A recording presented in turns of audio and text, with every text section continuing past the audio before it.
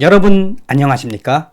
이번 시간에는 우려했던 문제들이 현실로 드러나고 있다. 쉽게 이야기하면 미국에서 기한 현상들이 시작되었다라고 보셔도 되겠습니다. 자, 그러면 미국에서 어떤 기한 현상들이 나타나고 있을까요?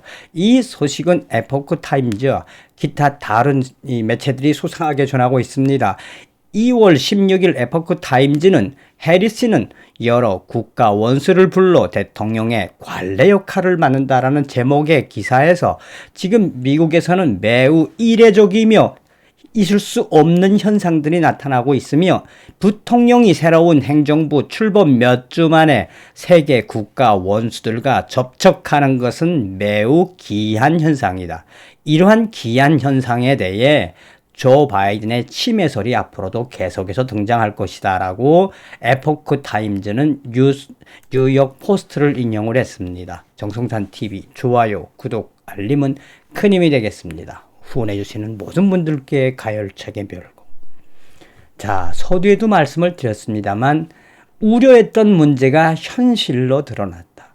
이거에 대해서 미국의 언론들, 보수 언론들이 이 기이한 현상들이 이렇게 빨리 벌어진단 말이야. 이게 지금 조 바이든과 이 카말라 해리스의 현 주소야.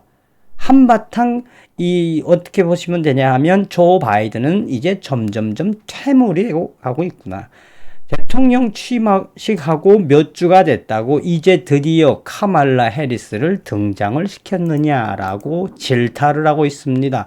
자, 얼마나 황당무계하고 물론 예견을 하고 있었습니다만 이렇게 빨리 3주 만에 조 바이든은 이 데이비드 캠프라고 하는 데 가서 놀고 있는데 손녀랑 이 카말라 해리스는 이제 대통령직을 인수했다고 아예 이 언론들은 보도하고 있습니다. 2월 16일 트렌딩 폴리틱스는 카말라 해리스, 조 바이든 대통령직 인수 시작이라는 제목의 기사에서 우리는 이러한 현상을 이미 예견을 했었다. 조 바이든은 2020년 12월 20일 카말라 해리스 미 합중국의 공식 대통령이라고 불렀다.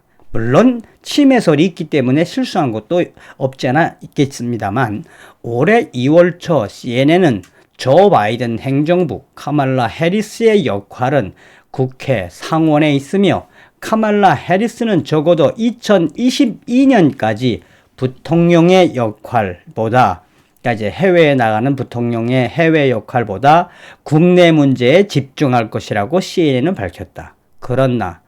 그런데 오늘 발표된 백악관의 자료들은 카말라 해리스가 조 바이든을 대신해 외국 정상들과 회의를 하고 있다고 백악관은 밝혔다. 이것은 백악관의 보도자료입니다. 백악관은 카말라 해리스 부통령은 오늘 프랑스의 emmanuel 마크롱 프랑스 대통령과 전화 통화를 나누고 미국과 프랑스 간의 양자 관계를 강화하고 대서양 횡단 동맹을 활성화하겠다는 약속을 표명했다며 해리스 부통령과 마크롱 대통령은 코로나19 기후 변화를 해결하고 국내외 민주주의를 지원하기 위해 긴밀한 양자 및 다자간 협력의 필요성에 동의했다. 또한 대서양 동맹 활성화 방안으로 프랑스, 미국 간 새로운 협의체 창립도 합의했다라고 백악관은 밝혔습니다. 자, 그러면서 트렌딩 폴리틱스 뉴스는 대서양 횡단 동맹 협의체는 국가 간 협의체이다. 그런데 부통령이라고 지금 부통령 놀이를 하고 있는 카말라 해리스가 발표했다? 이것은 도대체 있을 수가 없는 일이다라고 위기심을 드러내고 있습니다. 그러면서 트렌딩 폴리틱스는 계속해서 백악관 보도자료에는 카말라 해리스 부통령과 프랑스 마크롱 대통령은 또한 중동 평화 문제와 아프리카의 군사적 분쟁 문제를 포함하여 수많은 지역적 문제와 함께 직면해야 할 필요성에 대해서 논의했다. 해리스 부통령은 성평등 문제에 대한 리더십과 나사의 2020 화성인 플랜에 대한 프랑스의 공헌에 대해 마크롱 대통령에게 감사를 표했다. 여기서 또 한번 이 폴리틱스는 제동을 걸었습니다. 자, 백악관이 밝힌 중동 평화 문제와 아프리카 군사적 분쟁 문제는 해리스가 다룰 수 있는 문제가 아닌 국방부 내지는 군사적 내지는 현역 대통령이 다루어야 할 사항이다. 따라서 반드시 미국 대통령의 공식적인 발언으로 백악관은 발표가 되어야 했었다. 그런데 이런 국가적 문제를 해리스 부통령이 했다는 것은 백악관의 관례상 매우 이례적이고 이상하다.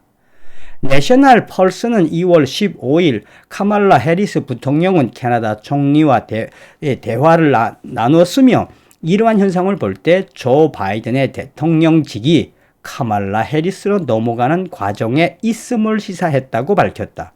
이런 현상은 이미 그들은 시나리오를 다 완성했다라고 전하고 있습니다. 자, 여기에 2월 16일 에포크 타임즈 역시 해리스는 여러 국가 원수들을 불러 대통령의 관례 역할을 만든다.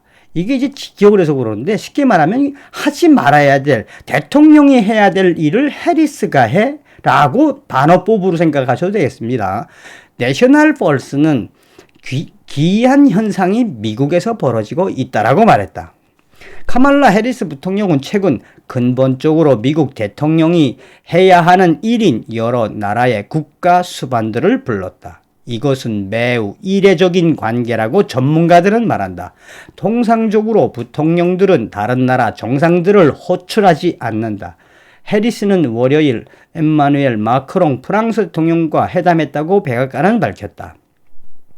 그러면서 여러 가지 사항들을 협의했다고 밝히고 있다. 자, 그러나 여기에 모든 발표에 따라 이 발표에 보면은 근본적으로 해리스가 마크롱 프랑스 대통령하고 이야기를 하면서 대부분의 워딩에서 조 바이든이라는 단어가 아예 없다.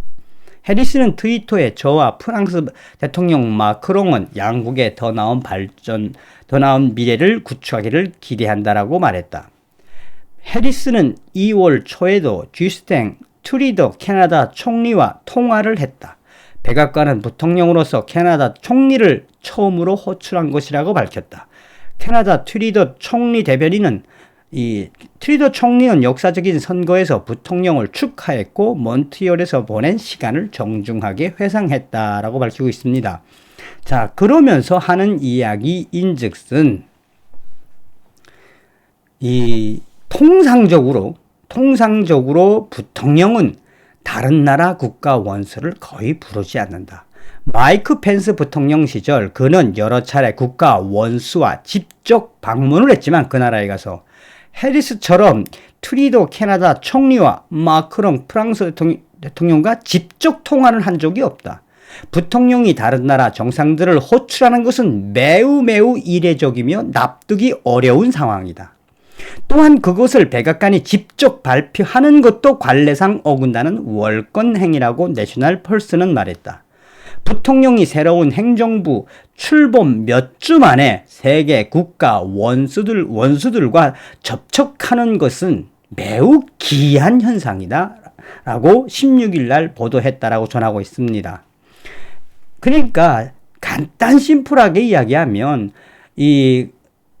마이크 펜스 부통령 시절에는 이렇게 부통령이 직접 전화를 해서 국가 원수들과 같이 국가 원수들에 대한 이야기와 국가 원수들에게 이러이러한 이야기를 하라고 해본 적이 없다. 그런데 이 카말라 해리스는 지금 하고 있다. 이거에 대해 내셔널 펄스는 이제 시작한 지 몇 주나 됐다고 각국 국가 원수들을 카말라 해리스가 부르는 이 현상은 지금 기이한 현상이다. 이게 해리스의 외국 정상들과 전화는 특히 외교 정책 문제에서 전직 부통령과 비교할 때 해리스가 높은 지위를 가질 것이라는 신호일 수 있다고 뉴욕 포스트는 말했다.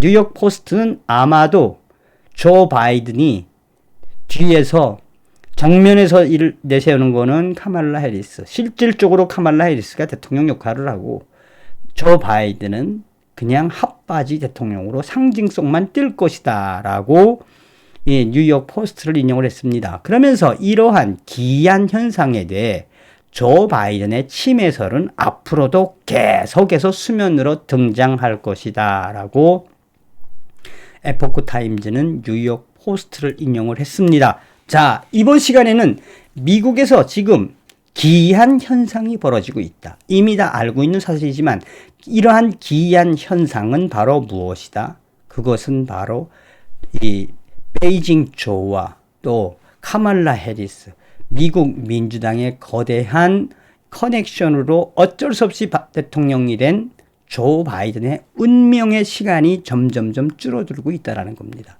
그래서 트럼프 대통령이 반드시 돌아오셔야 하는 이유입니다. 다음 시간에 뵙겠습니다. 멸공.